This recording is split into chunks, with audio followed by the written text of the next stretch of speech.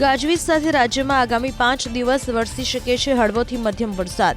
આજે કચ્છ, સૌરાષ્ટ્ર સહિત ઉત્તર ગુજરાત, મધ્ય ગુજરાત અને દક્ષિણ ગુજરાતના છૂટાછવાયા વિસ્તારોમાં હળવા વરસાદની હવામાન વિભાગની આગાહી। પંચમહાલ જિલ્લામાં વરસ્યો ધોધમાર વરસાદ। 1 કલાકમાં હાલોલમાં ખાબક્યો 2 ઇંચ વરસાદ। નીચાણવાળા વિસ્તારોમાં ભરાયા પાણી। ગોધરા, મોરવા, હડફ અને ઘોઘંબામાં પણ મેઘમહેર।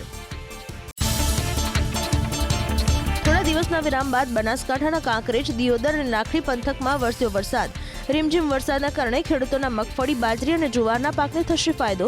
વરસાદની ખેંચ વચ્ચે ઝરમર વરસાદથી ખેડૂતો ખુશ। દર કલાકે સરદાર સરોવર ડેમની જળસપાટીમાં થઈ રહ્યો છે 2 થી 3 સેન્ટીમીટરનો વધારો। સરદાર સરોવર ડેમની જળસપાટી વધીને 135.88 મીટર પર પહોંચી ડેમ 90% ભરાતા હાઈ એલર્ટ મોડ પર। ઉપરવાસથી સરદાર સરોવર ડેમમાં થઈ રહી છે 2,93,389 ક્યુસેક પાણીની આવક। આવકની સામે 2,01,868 ક્યુસેક પાણી નદીમાં છોડાતા વડોદરા, નર્મદા અને ભરૂચ જિલ્લા પ્રશાસનને એલર્ટ રહેવા આદેશ। નર્મદા ડેમમાંથી પાણી છોડાતા ભરૂચના ગોલ્ડન બ્રિજ નજીક નર્મદા નદીનું જળસ્તર પહોંચ્યું 11.74 ફૂટે।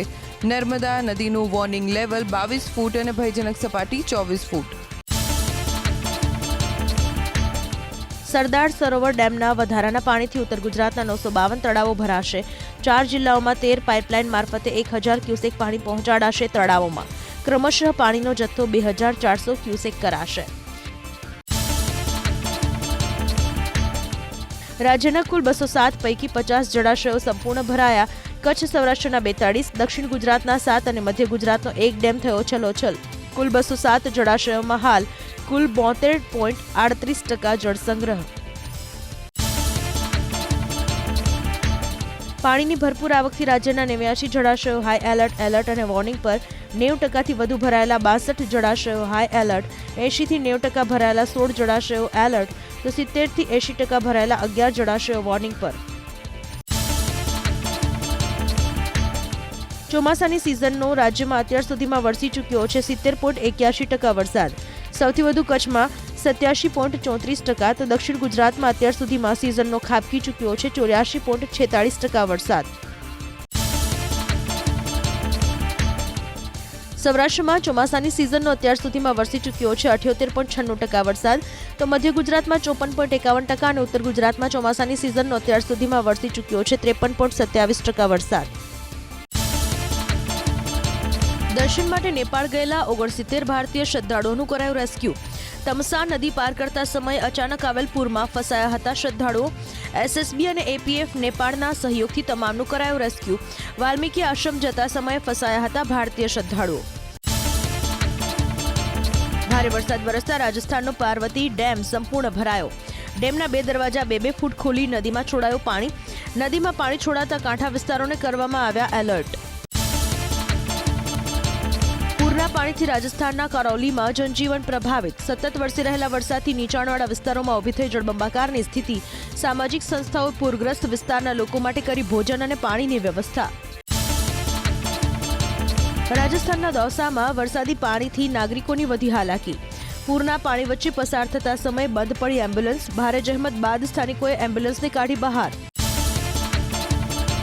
1 સપ્તાહની અંદર ફરીથી શરૂ થઈ શકે છે કેદારનાથ પગપાળા યાત્રાનો માર્ગ।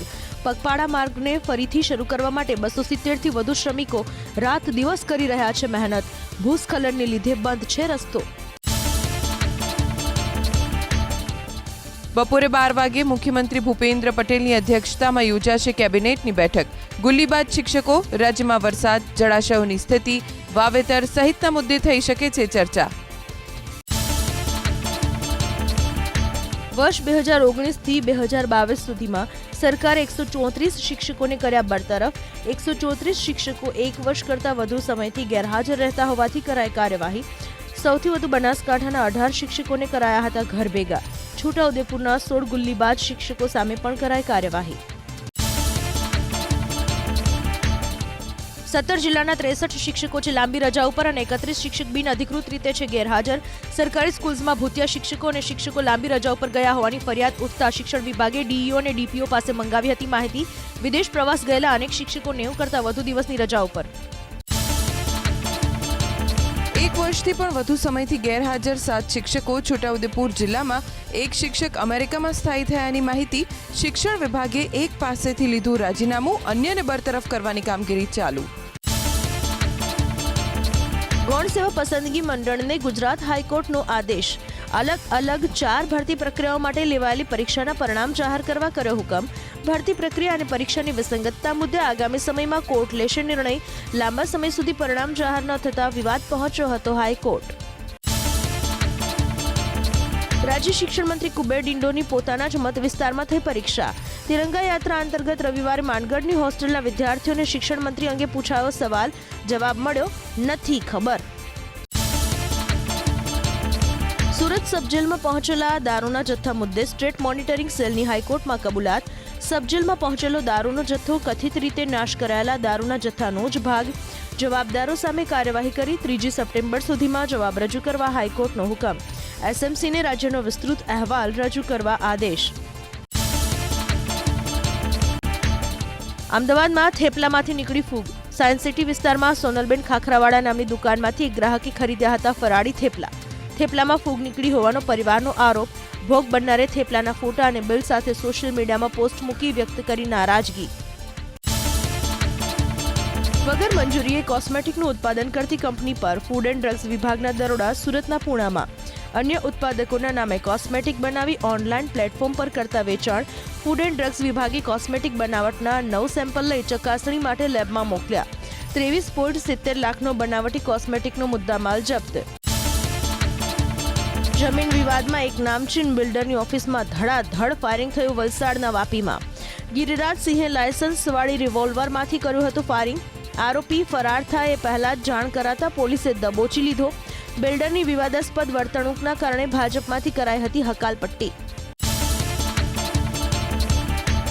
ચરસના પેકેટ મળ્યા વલસાડના દરિયામાંથી. ઉદવાડાના દરિયાકાંઠે પ્રોટેક્શન વોલ પાસેથી ચરસના 10 પેકેટ કરાયા કબજે. પેકેટ પર લખાયેલું છે ઉર્દુ ભાષામાં લખાણ. 10 પેકેટ બિનવારસી મળ્યા બાદ પોલીસે હાથ ધર્યું સર્ચ ઓપરેશન. રાજકોટ મહાનગરપાલિકાનો ઇન્ચાર્જ ચીફ ફાયર ઓફિસર લાંચ લેતા રંગે હાથ ઝડપાયો. ફાયર એનઓસી આપવા માટે ફરિયાદી પાસેથી માંગી હતી 3 લાખ રૂપિયાની લાંચ. એસીબીએ છટકું ગોઠવી એબી મારુને 1,20,000ની લાંચ સ્વીકારતા રંગે હાથ ઝડપી લીધો. 50,000 રૂપિયાની લાંચ લેતા ઝડપાયો હંગામી કર્મચારી મહેસાણાના સતલાસણામાં. અરજદાર પાસે જમીનની કામગીરી માટે રૂપિયા માંગ્યાનો આરોપ. એસીબીની ટીમે નાયબ મામલતદાર રાકેશ ચૌધરી અને રવિ પટેલની અટકાયત બાદ શરૂ કરી પૂછપરછ. ભરૂચ જિલ્લાના ડાભા ગામમાં જર્જરિત ટાંકી ધસી પડવાના લાઈવ દ્રશ્યો કેમેરામાં થયા કેદ. ટાંકીનો કેટલોક ભાગ ધસી પડતા આસપાસની દુકાનો ક્ષતિગ્રસ્ત. સદનસીબે કોઈ જાનહાનિ નહીં. ડીજીવીસીએલના વીજ ટ્રાન્સફોર્મરમાં આગ લાગી સુરતના પાંડેસરામાં. કર્મયોગી સોસાયટી નંબર 2માં બન્યો બનાવ. આગના પગલે થોડો સમય મચી નાસભાગ. ડીજીવીસીએલની બેદરકારી સામે લોકોમાં ભભૂકતો આક્રોશ. રાજકોટ મહાનગરપાલિકાની આજે નવા બનેલા અટલ સરોવર પર મળશે સ્ટેન્ડિંગ કમિટીની બેઠક. શહેરના અલગ અલગ મુદ્દાઓને લઈને સ્ટેન્ડિંગ કમિટીની બેઠકમાં કરાશે ચર્ચા. રાજકોટના લોકમેળાને લઈને આખરે યાંત્રિક રાઇડ્સના પ્લોટની થઈ હરાજી. 1,27 લાખ રૂપિયામાં 31 પ્લોટની હરાજી કરાઈ. છેલ્લા થોડા દિવસથી યાંત્રિક રાઇડ્સ સંચાલકો અને પ્રશાસન વચ્ચે મડાગાંઠ હતી. રાજકોટમાં 24 થી 28 ઓગસ્ટ યોજાશે લોકમેળો. રાજ્યના પોલીસ વડાના પરિપત્રનો અમદાવાદ પોલીસ કમિશનર કચેરીમાં જ ઉલાડ્યો. કમિશનર કચેરીમાં અનેક ખાનગી વાહનો ઉપર પોલીસની તકતી યથાવત. નિયમોનો ભંગ કરનારા પોલીસકર્મીઓ સામે પોલીસ જ નથી કરતી કાર્યવાહી. રાજ્ય પોલીસ વડાના આદેશનો પોલીસ ભવનમાં જ ઉલાડ્યો. 1 વર્ષ પૂર્વે પરિપત્ર છતાં હજુ પાર્કિંગમાં પડેલા અનેક ખાનગી વાહનોમાં લાગી છે પોલીસ લખેલી પ્લેટ. પરિપત્ર કરી પોલીસ કે પોલીસના કલરનું સ્ટીકર ના લગાડવા કર્યો હતો આદેશ. ભગવાન બિરસા મુંડાની પ્રતિમા હટાવવાની નોટિસથી ધાનપુરના પીપેરો ગામમાં વિવાદ. વિશ્વ આદિવાસી દિવસની ઉજવણી નિમિત્તે સ્થાપિત કરાઈ હતી પ્રતિમા. ઇજનેર વિભાગની નોટિસથી આદિવાસી પરિવારોએ બિરસા મુંડાની પ્રતિમાને ન હટાવવા કલેક્ટરને આપ્યું આવેદન. રાજ્યમાં શંકાસ્પદ ચાંદીપુરા વાયરસનો વધુ એક કેસ. વધુ એક સાથે કુલ કેસનો આંકડો પહોંચ્યો 163 પર. અત્યાર સુધીમાં નોંધાયેલા શંકાસ્પદ કેસ પૈકી 60 કેસ કન્ફર્મ. તો શંકાસ્પદ ચાંદીપુરાના કારણે 73 બાળકોના થયા મોત. અમદાવાદમાં મચ્છરજન્ય અને પાણીજન્ય રોગચાળો વકર્યો. ડેન્ગ્યુના 164 અને ચિકનગુનિયાના 19 કેસ નોંધાયા. ઝાડા ઉલટીના 382 કેસ નોંધાયા. 26,000થી વધુ ફરિયાદ મળી મચ્છરોના ઉપદ્રવ અંગે. પ્રશાસને પાણીના સેમ્પલ લઈને હાથ ધરી કાર્યવાહી. 4 વર્ષમાં 319 ભૂવા પાછળ 48 કરોડનું આંધણ કરાયું અમદાવાદ શહેરમાં. વર્ષ 2023-24માં પોશ ગણાતા પશ્ચિમ ઝોનમાં સૌથી વધુ 158 ભૂવા પડ્યા. બ્રેકડાઉન રિપેર કરવા માટે થતો કરોડોનો ખર્ચ ખાતર પર દિવેલ સમાન. રસ્તાઓની હાલત બિસ્માર. ગીર સોમનાથના કોડીનારમાં ફાચરિયા સિંધાજને જોડતો રોડ અત્યંત ખરાબ હાલતમાં. સ્લીપ થતા અનેક વાહન ચાલકો ઈજાગ્રસ્ત થયા હોવાનો દાવ. ખેડૂતો વાડી અને ઘરે જવા માટે લે છે ટ્રેક્ટરનો સહારો. નોંધણી ન કરાવી હોય તેવા રિયલ એસ્ટેટ પ્રોજેક્ટ સામે રેરા શરૂ કરશે કડક કાર્યવાહી. પૂરતા રજીસ્ટ્રેશન વગર બનતા પ્રોજેક્ટ્સ ગ્રાહકો માટે જોખમી હોવાનો મત. લોકોને પણ રજીસ્ટ્રેશન અંગે જાગૃત કરવાનો કરાશે પ્રયાસ. નર્મદા ડેમમાંથી પાણી છોડાતા ભરૂચના ગોલ્ડન બ્રિજ નજીક નર્મદા નદીનું જળસ્તર પહોંચ્યું 11.74 ફૂટે. નર્મદા નદીનું વોર્નિંગ લેવલ 22 ફૂટ અને ભયજનક સપાટી 24 ફૂટ. 15 થી 20 ઓગસ્ટ સુધી એર ટ્રાફિક વધશે. મુસાફરોને વહેલા પહોંચવા એરપોર્ટ ઓથોરિટીની સૂચના. લોંગ વીકેન્ડના કારણે ટ્રાફિક રહેવાથી એરપોર્ટ પર વધારાઈ સિક્યોરિટી. ટ્રાફિકના કારણે મુસાફરોએ પ્રોટોકોલ પૂર્ણ કરવા ફાળવવો પડશે વધુ સમય. ઇસ્કોન બ્રિજ અકસ્માત કેસના આરોપી તથ્ય પટેલ અને તેના પિતા પ્રજ્ઞેશ પટેલની ડિસ્ચાર્જ અરજી પર આજે હાઈકોર્ટમાં સુનાવણી. અમદાવાદ ગ્રામ્ય કોર્ટે ડિસ્ચાર્જ અરજી ફગાવ્યા બાદ પિતા પુત્રએ હાઈકોર્ટમાં દાખલ કરી છે ક્રિમિનલ રિવિઝન અરજી. NIRF રેન્કિંગમાં ગુજરાત યુનિવર્સિટીએ રાખી લાજ. યુનિવર્સિટી રેન્કિંગમાં 76માં અને ટોપ 100 ઇન્સ્ટિટ્યૂટમાં 94માં સ્થાને. ટોપ મેનેજમેન્ટ સંસ્થાઓમાં IIM અમદાવાદ દેશમાં પ્રથમ નંબરે. દેશની સર્વશ્રેષ્ઠ સંસ્થામાં IIT મદ્રાસ પ્રથમ. ઊંચી સ્કૂલ ફીથી ત્રસ્ત મધ્યમ વર્ગીય પરિવારો સરકારી શાળા તરફ વળ્યા. 2,29,000 વિદ્યાર્થીઓએ ખાનગી શાળા છોડી સરકારી શાળામાં મેળવ્યો પ્રવેશ. સૌથી વધુ 37,000 વિદ્યાર્થીઓએ અમદાવાદમાં બદલી સ્કૂલ. યુવતીનો જીવ બચાવનાર ચિંતન પટેલ નામના યુવકનું સન્માન કરાયું સુરતમાં. સંકી પ્રેમી પ્રેમિકાને ગળે બ્લેડ મારી હત્યા કરવાનો કરી રહ્યો હતો પ્રયાસ. ચિંતન પટેલે યુવતીનો બચાવ્યો હતો જીવ. ભારત સ્થિત બ્રિટિશ હાઈ કમિશનર લિન્ડી કેમેરોને ગાંધીનગરની લીધી મુલાકાત. મુખ્યમંત્રી ભૂપેન્દ્ર પટેલ સાથે મહત્વના મુદ્દાઓ પર કરાઈ ચર્ચા. બ્રિટનમાં ગુજરાતના ઉદ્યોગ રોકાણકારોને સહયોગની લિન્ડી કેમેરોને દર્શાવી ઉત્સુકતા. સુરત અને રાજકોટ બાદ અમદાવાદમાં આજે યોજાશે ભાજપની તિરંગા યાત્રા. કેન્દ્રીય ગૃહમંત્રી અમિત શાહ અને મુખ્યમંત્રી ભૂપેન્દ્ર પટેલ સહિત રાજ્ય સરકારના મંત્રીઓ જોડાશે તિરંગા યાત્રામાં. આજે સાંજે 4 વાગે અમદાવાદના વિરાટનગર વિસ્તારમાંથી શરૂ થશે તિરંગા યાત્રા. કેસરી નંદન ચોકથી શરૂ થઈ ખોડિયાર મંદિર નિકોલ સુધી યોજાશે તિરંગા યાત્રા. તિરંગા યાત્રાને લઈને પૂર્વ વિસ્તારના કેટલાક રસ્તાઓ રહેશે બંધ. કેન્દ્રીય જળશક્તિ મંત્રી અને ભાજપના પ્રદેશ અધ્યક્ષ CR પાટીલે તેમના નિવાસસ્થાને પરિવાર સાથે ફરકાવ્યો રાષ્ટ્રધ્વજ. સૌને હર ઘર તિરંગા અભિયાનમાં જોડાવા કરી અપીલ. હર ઘર તિરંગા યાત્રા યોજાઈ. રાજકોટના જસદણમાં કેબિનેટ મંત્રી કુંવરજી બાવળિયાની આગેવાનીમાં નીકળેલી તિરંગા યાત્રામાં મોટી સંખ્યામાં જોડાયા સ્થાનિકો. રેલી દરમિયાન રજૂ કરાયા વિવિધ સાંસ્કૃતિક કાર્યક્રમો. જામનગરના જોડિયામાં કૃષિમંત્રી રાઘવજી પટેલની ઉપસ્થિતિમાં યોજાઈ તિરંગા યાત્રા. કન્યા શાળાથી તાલુકા પંચાયત સુધી યાત્રાનું કરાયું આયોજન. રાઘવજી પટેલે તમામ નાગરિકોને ઘર પર રાષ્ટ્રધ્વજ ફરકાવવા કરી અપીલ. દ્વારકા જિલ્લામાં છવાઈ રાષ્ટ્રભક્તિની લહેર.